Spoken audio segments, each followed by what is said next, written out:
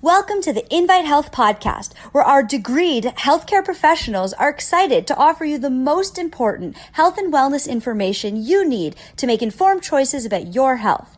You can learn more about the products discussed in each of these episodes and all that Invite Health has to offer at www.invitehealth.com/podcast.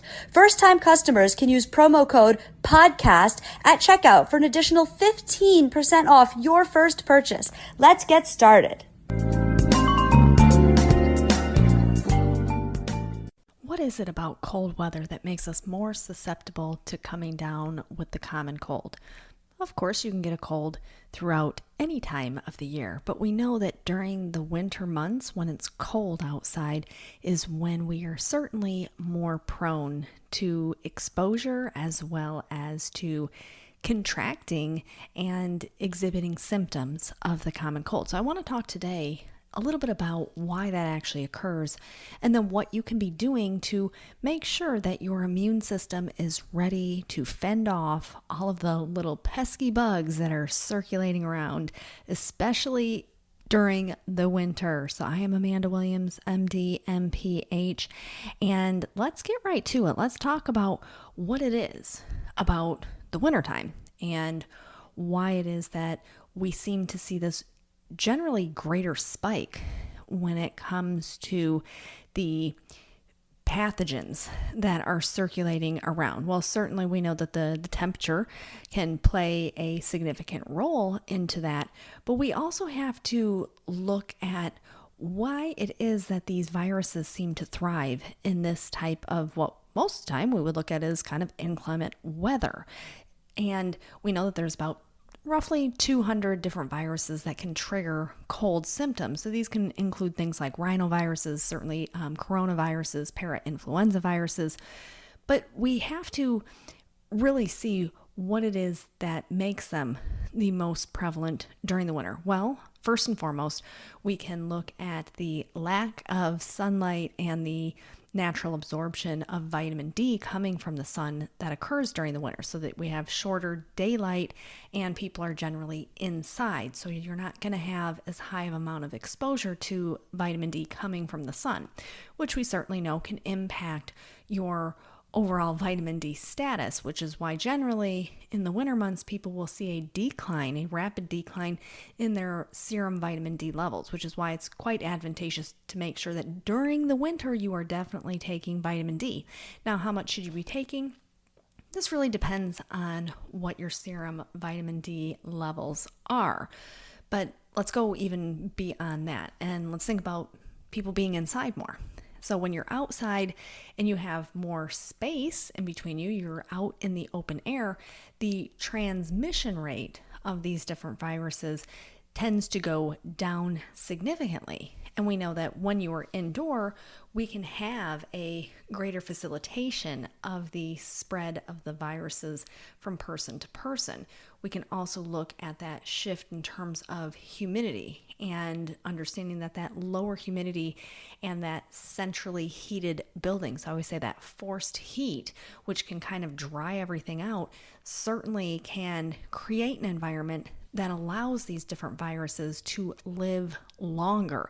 So generally speaking, most of these viruses are going to thrive in a drier condition. So you think about this just for a moment, you say, okay, well, the winter time, we have less daylight, so that's impacting our vitamin D. We certainly are more cramped into close quarters, so whether that be at home, at work, or, taking transportation, clearly, these are all ways that can increase your likelihood of exposure. And we know that for the most part, colds are mainly spread from person to person through inhalation. So oftentimes when we think about the transmission variables with different viruses, we understand that the inhalation of those droplets, the secretions that come from one person who's infected, and it goes out. So whether they are coughing, sneezing, touching a a surface and then you go behind and perhaps you breathe in the air where they just coughed or they just sneezed, or you touch something that they touched where there is virus on there, and then the next thing you know, you have been exposed to that. So you have to be aware of this, and we have to understand that our immune system certainly can have seasonal changes as well. So it's not just the external environmental factors such as the temperature and the sunlight and the humidity and the dryness of the air. We also have to look at how that is impacting the innate and the adaptive immune system. And we can look at how even within the sinuses, when we look at the mucociliary action, we see a variation between seasons, meaning that perhaps your nasal passages are more prone because they're dried out in the winter. So, and what do we know about those viruses? They like that dry environment. So they are more likely to find a happy resting home in those drier airways. So this is why it's so incredibly important to make sure that you are doing the right things leading into the cold months. So what does that actually mean? Well, we know that it's been around for a long time. People will have, say, chicken noodle soup in the winter to fend off a cold. Well, there's a reason for that. We can look at all of the beneficial nutrients that are immune boosting, nutrients that are derived from that bone broth itself. And so as that leaches out into that broth, this is what heightens our body's ability to fend off the attack from these many different types of viruses that are quite high during the winter months. So we know that. So we can certainly look at foods that can be beneficial during cold weather months. So we can look at things, as I just mentioned, things like chicken noodle soup, but we can also look at really powerful flavonoids, such as the cocoa HX, and taking a scoop of the cocoa HX, warming that up and having a nice little hot cocoa, but it's going to be packed with all of these powerful antioxidants. So in the event that we do happen to breathe in some of these nasty little bugs, that the immune system is more at a ready, set, go with its antioxidant defenses. So it can say, oh wait, this is foreign. Let's go send out our attackers, which are the antioxidants, in terms of targeting that as a free radical or reactive oxygen species. So this is why having cocoa HX on board during the winter would certainly be advantageous. Certainly we know that vitamin D is going to play an integral role into this as well, and that link between vitamin D deficiency and insufficiency and that increased susceptibility to infection. So we clearly can see that link, and we know that there is a strong association between seasonal variations in vitamin D and the incidence of various infectious disease. We're clearly seeing that going on with COVID-19, and they are able to really track that over time to assess and see, wow, the people who are having more significant pulmonary symptoms coming from COVID-19 generally are going to have very low serum vitamin D levels. So we know for sure that vitamin D, this main regulator for our immune system, certainly can play a really strong part in terms of our winter immune defenses. But we can also look at melatonin.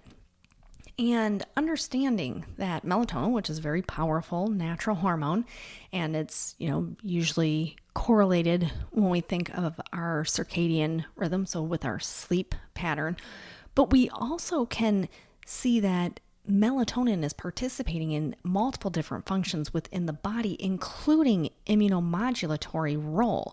So one thing that we have been assessing as scientists over time is the role that melatonin can play in terms of having an effective nature to it, of targeting, combating different viruses as well as bacteria, certainly, but primarily let's just focus on those over 200 different viruses that we know are generally pretty high during the winter. And we know that melatonin is stimulating the production of natural killer cells, so along with the monocytes, leukocytes, and it helps to balance your T helper cells.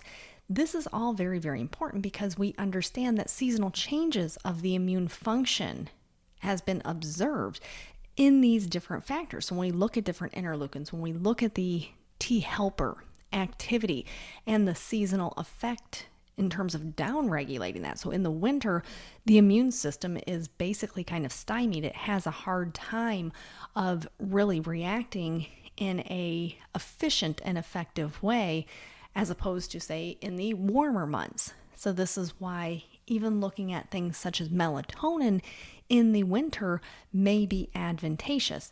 Now, there's one other thing that I certainly would consider of having on board just as a basic nutrient every single day, but in particular, thinking about the cold weather months, and that is our Immunity HX formulation. The reason why I mention this one is because this is a combination of vitamin C, vitamin D, and zinc.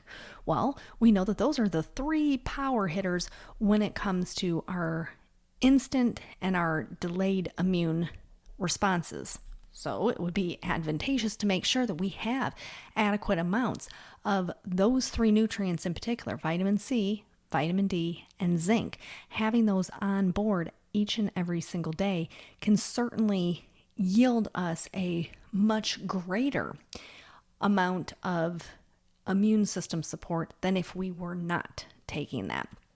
And this is all very important because when we think about how reliant our immune system is on these different vitamins and minerals, it is incredibly important to recognize first and foremost that most Americans are not getting enough of these nutrients just from dietary exposure alone. And then we add in the different environmental factors such as seasonal change and less vitamin D coming from the sun. It would make sense to be sure that we have these three nutrients at minimum on board. Now, there are certainly other things that we can consider, and that would be for targeting just respiratory health in general throughout the winter months, because we know that with the typical cold, most people will get, kind of that stuffy runny nose, maybe the mild cough that's just kind of an irritant over time.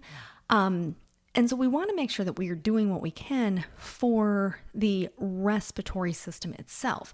So there are many different ways in which we can help to support this, but the one product that I generally always turn to, especially during cold weather months, is our black seed with rosemary and cordyceps. Now, the cordyceps, that's a mushroom, and that helps to provide not only a natural amount of vitamin D, because the mushroom itself is a source of vitamin D, but it also really works in this profound immunomodulatory way.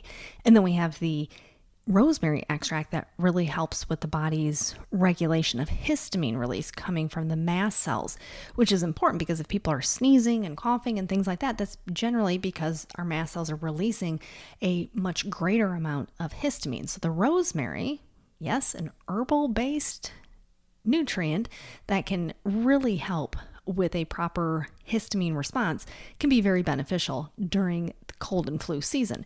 And then we have black seed, and we know that the black seed is very much so targeted towards those respiratory bronchi with easing inflammation throughout not only the lungs, but also in the upper airways as well. So when we think about the sinuses as well as into the lungs. So this is a really nice way to give you that respiratory support, and then we can add in that Immunity HX for that comprehensive immune system support. And remember, the Immunity HX, that's just vitamin C, vitamin D, and zinc, but at a minimum, those are incredibly critical when it comes to the way that our bodies respond to the common cold. And this is why we certainly should stay on top of this. Now that we know that catching a cold is going to be a greater likelihood in the cold weather months because of our closer confinement, and realizing that our vitamin D levels are probably starting to diminish, which lowers the immune defenses, then we want to make sure that we are taking those initial steps. So when it's cold, think about just the basics. Think about what different foods can I have in my diet every single day that'll be supportive to my immune system. Still making sure that we're getting fresh fruits and vegetables every single day. Making sure that we have that exposure to bone broth. So whether we're having, an organic chicken soup on a regular basis. These are all things that are very, very important.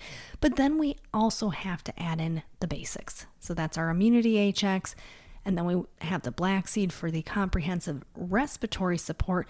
And as I also mentioned earlier, the cocoa HX, because having a higher amount of antioxidants during the winter certainly can help to give our body that added layer of defenses when it comes to fending off what our body recognizes as attackers or free radicals.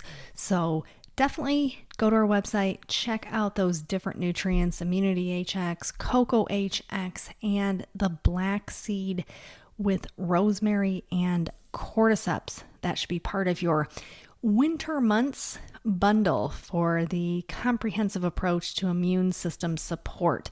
Now that is all that I have for you for today. I just want to thank you so much for tuning in to the Invite Health podcast. Remember, you can listen to all of our podcasts by visiting invitehealth.com/podcast. Make sure that you subscribe and you leave us a review. You can follow us on Facebook, Twitter, and Instagram at Invite Health, and we will see you next time for another episode of the Invite Health podcast.